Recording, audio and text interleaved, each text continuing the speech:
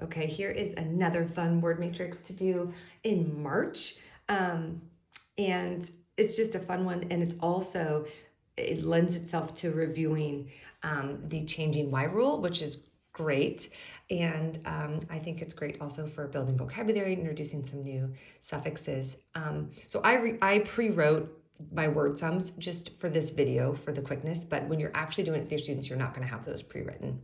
Okay, so first talk about the meaning of luck. Now, often I'll like look it up to see if there's a good way to explain it, and it can be hard. Like good fortune is not exactly something that kids would know, but I don't mind introducing them to new vocabulary to have good fortune, or something happens by chance. Kids might come up with a fun definition of their own too, like when good things happen to you is luck.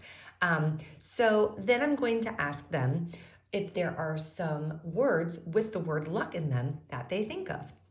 And you might need to guide them, and you might say something like, if you found a pot of gold, that would be very, and they would likely say lucky.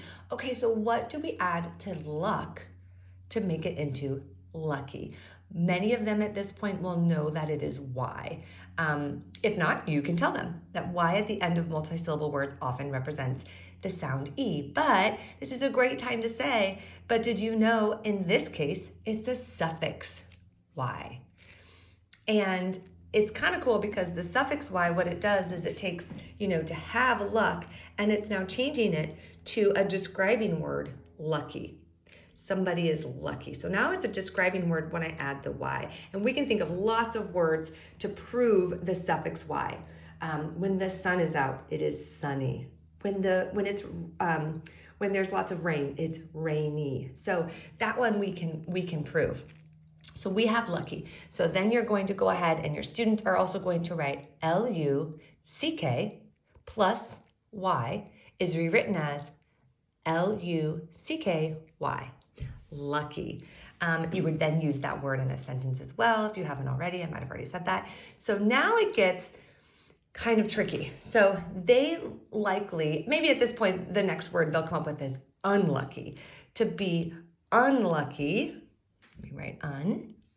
What does that mean? That means that you are not lucky. So even if you haven't taught the prefix un yet, it's a great time to explain what it is. And a lot of them will know because they know what unlucky means. Nobody wants to be unlucky.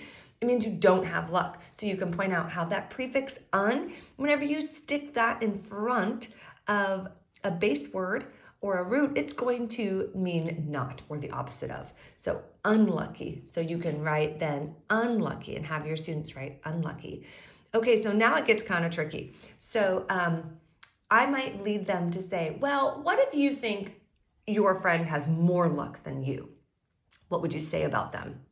Well, they are luckier than you.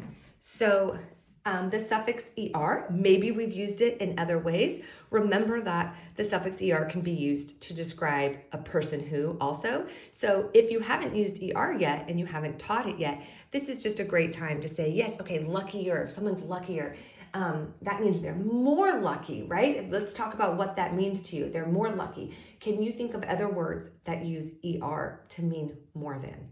So kind of an easy one might be faster, like when someone is faster. So we've proven this is a suffix. Now we're not going to write it here because that would make the word lucker, and lucker is not a word. So what we're going to do is we're going to draw a line. I don't know how far I need to go yet, so I'm just going to go about there. And I want it to be after. When I read my word matrix, I want it to be like this, lucky-er. So I'm going to put ER for lucky-er. So now when I rewrite it, this is when you get into some of your reteaching. At this point, I have taught the Y changing rule, but it is so tricky. So likely they're gonna need a refresher. So I'm gonna model for them. I'm gonna say, okay, we know so far that we need L-U-C-K plus Y, because that makes us lucky, plus ER. It's rewritten as, okay, I'm gonna first write my base word, L-U-C-K, that doesn't change. But let's go back here and look. When we have a word that ends with Y, remember we learned with the word try and tries and tried. We had to do something to that Y before we added a suffix. So what did we have to do? Some of them might remember, and it's okay if they don't. Oh, we have to drop the Y, and we want to change it to I before we add our suffix. So is rewritten as, we're gonna come back here, we have L-U-C-K. Now it's gonna be an I. I'm not gonna put a Y. That I is going to replace that Y. And then I'm gonna add ER. So luckier. I might even chunk it out for them to remind them, there's lucky right there. ER, we just changed that I to Y.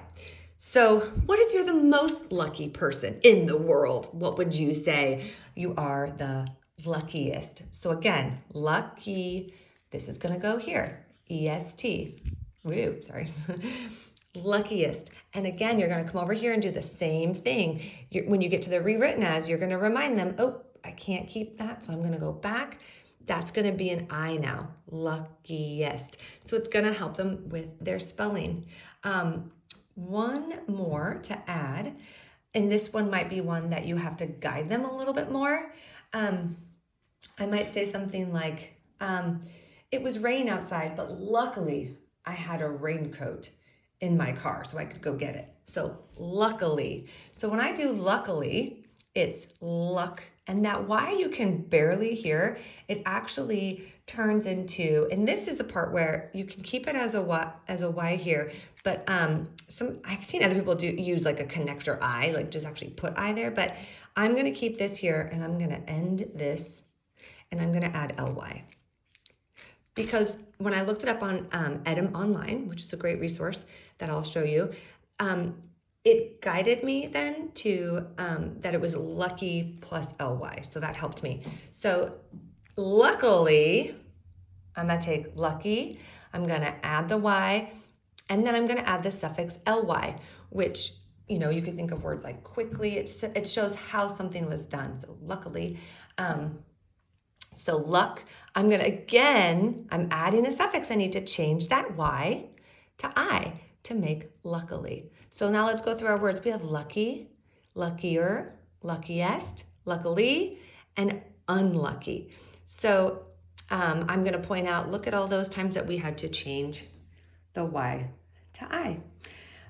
So I hope this was helpful. This is kind of a funny word matrix, right? Because I feel like usually kids are like, oh good, we know we can add S, ED, and ING, but we can't to this word because this is not a verb. So maybe you can think of more, but this was just, I think the cool thing is when you're doing it with first graders or even second graders, you don't even need to have a huge word matrix. Look at all the learning. This is already kind of a long lesson, and I think that they get a lot out of it.